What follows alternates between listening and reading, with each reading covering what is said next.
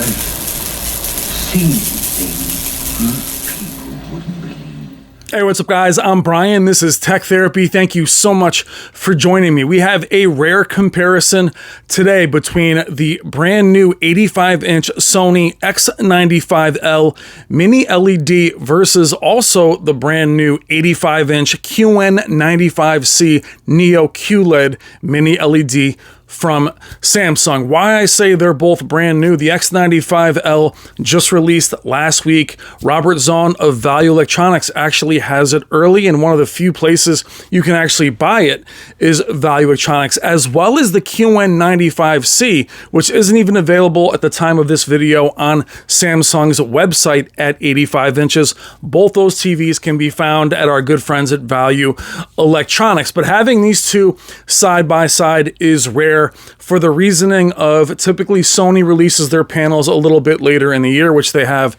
this year. But a lot of times you'll see one of Sony's leading LEDs going against Samsung's, where Samsung's has been out for 2-3 months, and the price differences are drastic at that point. Not so here. They're basically the same price, they're the same size, and they are the same tier. The QN95C is the 4K flagship at the mini LED lineup. The QN90C is different, other than not having a one connect box like last year. Neither of them have that this year. But last year, the QN90B and the QN95B were very similar, other than the processor and the one connect box. They looked virtually the same in many cases. This year, we have a clear delineation where the QN95C is clearly superior, especially at the 85-inch size, going against the standalone X95L at 85 inches. It only comes in one size. It is a step up over the X93, which releases in 65, 75, and 85, which is the successor to last year's X95K. The X95L is its own entity, and it is fantastic. Both of these TVs are amazing, and it was awesome to compare them. Now, we'll be comparing them in Filmmaker, Custom, Standard, and then for you bright fans, in a vivid or dynamic preset at the very end. They trade shots the entire time. They'll be in a somewhat bright to mid-ambient light room to a darker room towards the end of the video. I hope you enjoy. They can look very similar and very different. You let me know which one you like best, but this matchup is one you won't see anywhere else than on this channel. Thank you for watching. All right, guys, let's do it. We are starting in Filmmaker mode on the Samsung QN95C and Custom on the Sony X95L. This will be their standard presets. We're looking for gradation preferred as far as the HDR tone mapping, and we're also looking at static for the Samsung. We will stay in this preset for the first portion of this video. Then we will launch into the standard preset, then their cinema and movie presets before moving into the vivid or more dynamic presets. You'll see me going through and trying to make things look like for like as much as possible. In this comparison, we are in a mid to bright room. They both handle reflections pretty well, considering the environment that I'm in. It will get darker as the comparison goes on. Tell me what you see in the comments right from jump. For me, there is more depth on the X95L. However, the Samsung QN95C is brighter. There is more of a punchy, brighter look to the Samsung, but is it controlled? To me, the X95L has almost an OLED-like to it, meaning the depth is where are they putting that brightness? Is it where it belongs? Now, for me in my comparisons here, I'm trying to show you what you'll really see out of the box and these TVs with a lot of their stuff enabled. I have plenty of other channels will strip them down to Filmmaker mode and Custom only. I kind of want to show you a different aspect, considering we are on mini LEDs that can do 2000 nits. I want to be able to flex that for you. We're going to move into their standard presets. Now, standard will have things like dynamic contrast enabled. All I will do here is make sure they match up. I'll make sure if the Sony has it at medium, which it does in some of these presets. For instance, Sony will do a medium local dimming. I will raise that to high, match it with the Samsung. If dynamic contrast is on the Sony at medium, but on high on the Samsung, I'll raise them both or drop them both. So you'll see comparisons. What I like showing you this part, I could easily edit it out and just tell you what they are. I'd rather you see how it is when we're comparing them, especially with different manufacturers. Being able to change the image to your liking is really super important, and both TVs have that ability. What I love about the Sony is it is very saturated, even without live color enabled, while still looking very natural. We're here using our good friend Jennifer Gala and the HDR Super Channel's content here. Gorgeous work, great transitions. Please check her out in the description below. She does amazing work and helps support all the content creators in Canada that are going through a very tough time right now. Check out her channel. Now, they're both extremely colorful. Again, we are now in the standard preset. But before I move back into a movie or cinema preset, it's amazing how saturated and beautiful they still are outside of these more punchy presets. They still look very colorful. We'll also jump into SDR. I like leaving this portion here with the bird, showing you that the motion is excellent on both. But they have such different strengths. It's really which one you prefer. The local dimming is excellent on both, which you'll see later on in the video. But there is a brightness factor on the Samsung. Again, how does it do controlling it? Even with HDR tone mapping to static or active, these still have similar results. But which one is more pleasing to you? For me, the Sony has more detail and more depth, but the Samsung may provide more of a wow factor for you. Now, to let you guys know, for you're seeing me for perhaps the first time, the Samsung QN95B or C, I should say, on the left is my next TV. So I'm not here being biased. I'm actually purchasing the 85-inch you see on the left. But that said, you have to be able to be objective and still share what you think. The Sony processing to me is on another level. Now, while this is all 4K footage, HDR, even the SDR footage is 4K. It's a very high-end content. The detail I'll see on the Sony just seems to be a notch better. Also saw that with the S95C versus, say, the G3. But still very colorful, very detailed on both. Now, being a lover of LEDs forever, I'll always gravitate towards the brighter display, which here would be the QN95C. However, there is more detail and more depth in the Sony in most of the shots. They do trade shots later with some of the other content. The designs are actually very similar in terms of almost being bezel-less. X95 has a gunmetal kind of black but gray look to it, and so does the QN95. As we move into a more of a local dimming test with this Old Faithful, you'll see that the light control is excellent on both. And even these videos or these demos have pretty fast transitions. For me in this shot, the Sony handles this better, where the Samsung will light up the image a bit, but still doesn't look much like blooming. They both have different philosophies. What I like about what Samsung doing this year is they're not really dimming the image to compensate for blooming. Now, those are pretty fast transitions, and they both handle it amazingly. Now we are still in a punchy preset. We're still in standard here. So if you were to tone that down to filmmaker or custom, it would be more minimal. Me, I wanted to challenge it. I wanted to see how it did with the punchier presets and local dimming. For me, shutting everything off is a little bit like cheating. I want them to be punchy to see how they do with their blooming. Both are excellent. Now, quickly, I'll tell you that this is the 85-inch QN95C. I have very little experience with the 65, 55, 75. I heard that perhaps the coating on them might not be the same. I'll check that out for you guys.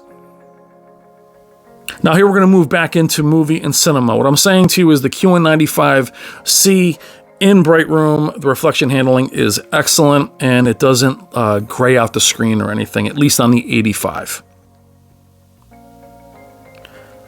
That little shortcut menu on the Sony gets me throughout this video. Now, that little line you see above the X95L is actually the A90J behind it. And behind the QN95C is actually a 900B. That's the kind of TVs we're dealing with. And again, special shout out to Value Electronics for allowing me to film these two beasts in store. Please consider making your next AV purchase through them. Check the description below for all their information. Let them know that Brian from Brian's Tech Therapy sent you. Now, when going through these presets, whether it's gradation or brightness or static or active, there's scenes in here too where I'll turn the tone mapping down to gradation and static, but then see what the contrast enhancer does on both. I do like accuracy, but to a point.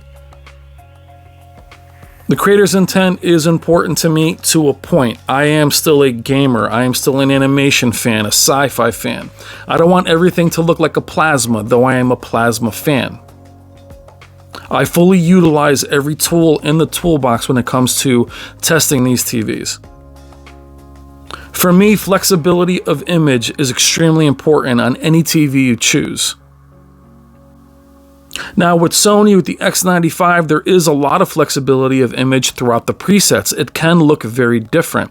However, in gaming, the game mode is the game mode, which is why I personally am leaning towards the QN95C. X95 is excellent for gaming. However, the QN95C's flexibility of image has a higher ceiling, which I'll illustrate in the next video as I hop off the tripod and show you the black bars of both. Now, granted, we're in a bright room. The reflections you see are actually in the TVs behind them. But neither group of black bars are purple, even off angle. They're both excellent. Now, the local dimming control, I will give the edge to Sony.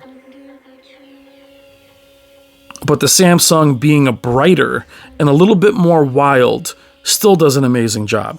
So it's win-win. Now, you'll be able to find this video in the description below. This is Jennifer's newest samurai video.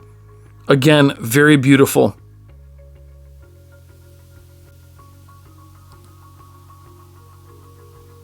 But I wanted to show you that other material to show you the black bars.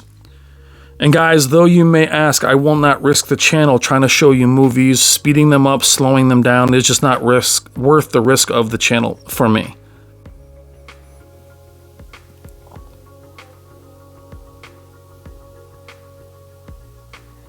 These are very beautiful.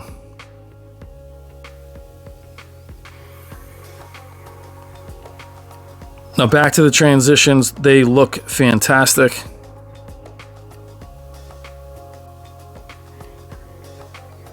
We'll move into this flower, which again is very detailed. But what do you think about the saturation and the detail in each image?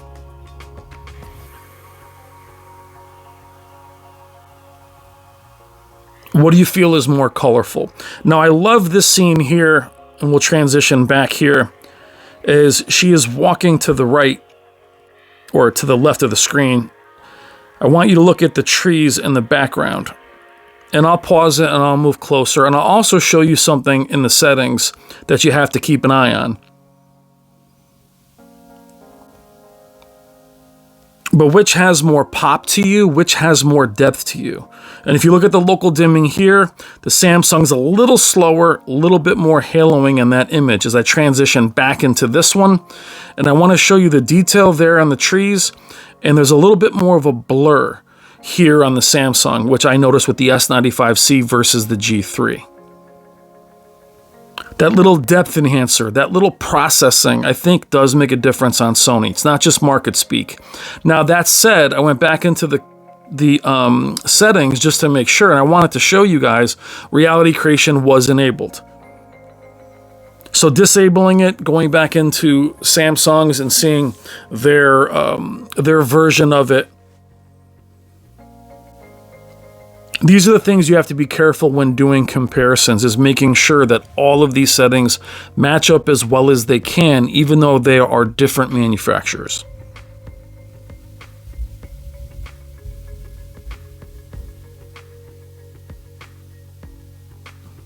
Now, reality creation, many of you are huge fans of it. I don't use it often. Again, Samsung has its own version of it. They break them down differently, but many of you love the feature, and it can be used to great effect depending on what you're watching. Many people I know use it during CG animated films. But even disabling it and then going back, there was still the same effect without it.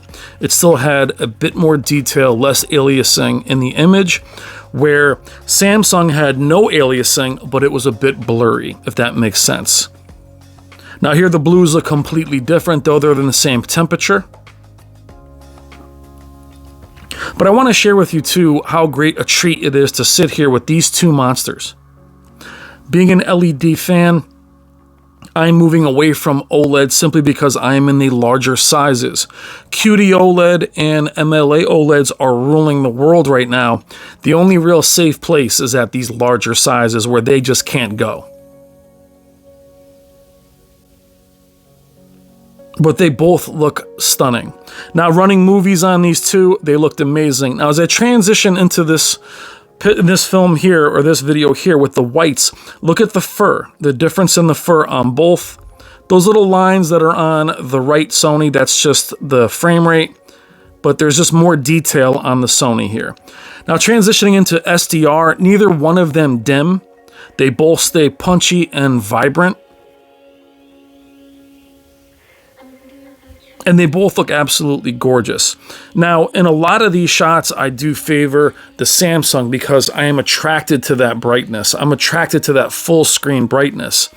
But I gotta give the detail and depth and clarity to the Sony. But it's why many people will choose OLEDs every time, is that micro contrast. Now, the Samsung is also very detailed, but it's amazing how similar they look and also how different they look at the same time.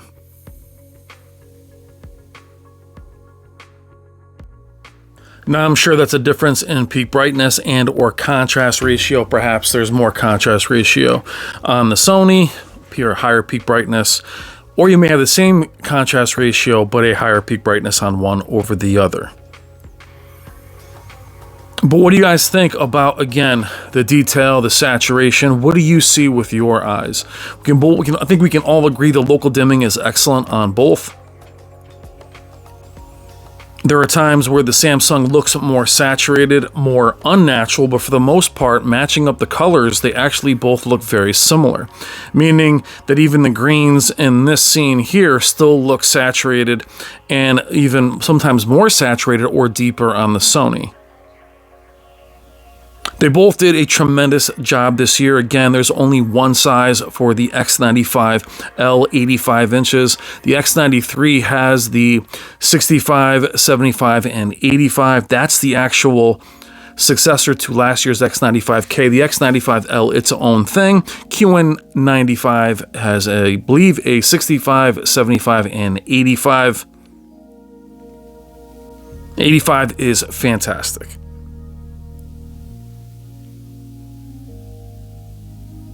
But what are your thoughts? Now, are you guys in the heavyweight division? Does this make you think there's much life left in Mini LED? Would you look for one of these? Now, I both, at the time of this filming, they're both over $5,000. But they're also 85-inch 4K TVs, and 8K, in my opinion, is kind of dying off. The future, I think, for now is going to be 4K, as the best TVs in the world right now are 4K. But the detail, the saturation, they are both fantastic, and they both have different signatures. What's so important about choosing one of these manufacturers is what is the signature that you prefer.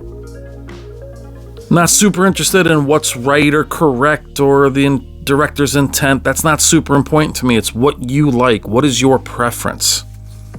You decide the winner in the comments. I don't. I'm just here sitting with you, watching them. But to me, they both win.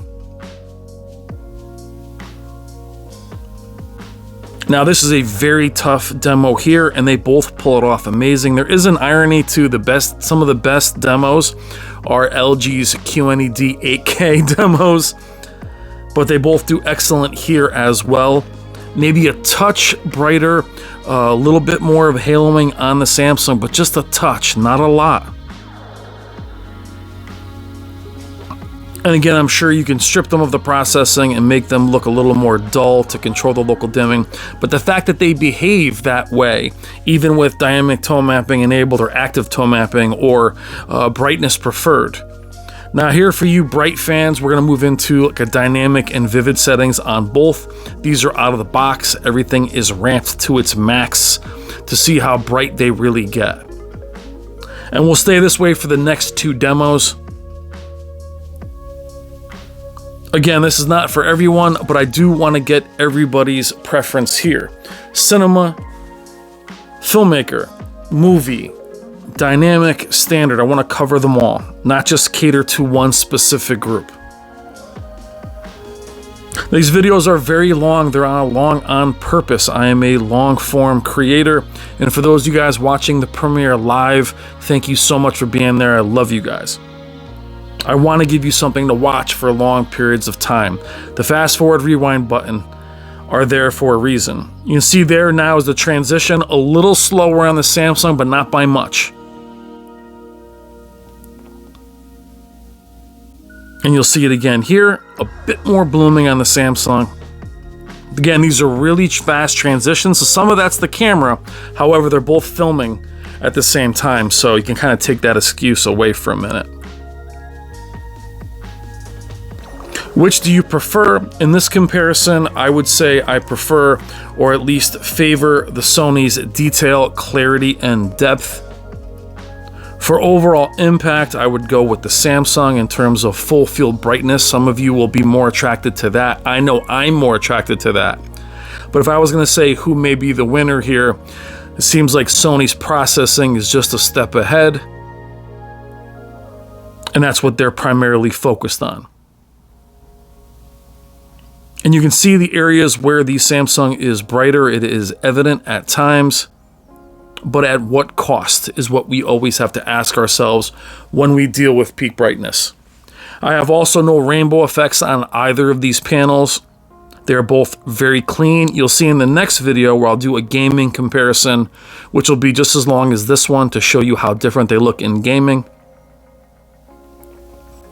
But I also want to take a second to thank you guys for all the things you do, your friendship, your camaraderie. I really, really appreciate everything you do for me. Thank you for watching these long videos. Let me know what you think in the comments. I think they're both amazing. You pick a winner in the comments. Let me know what you think. Love you guys. Have an amazing day. Have an amazing night. Please consider liking and subscribing. I'm Brian. This is Brian's Tech Therapy. Take care. Love you guys.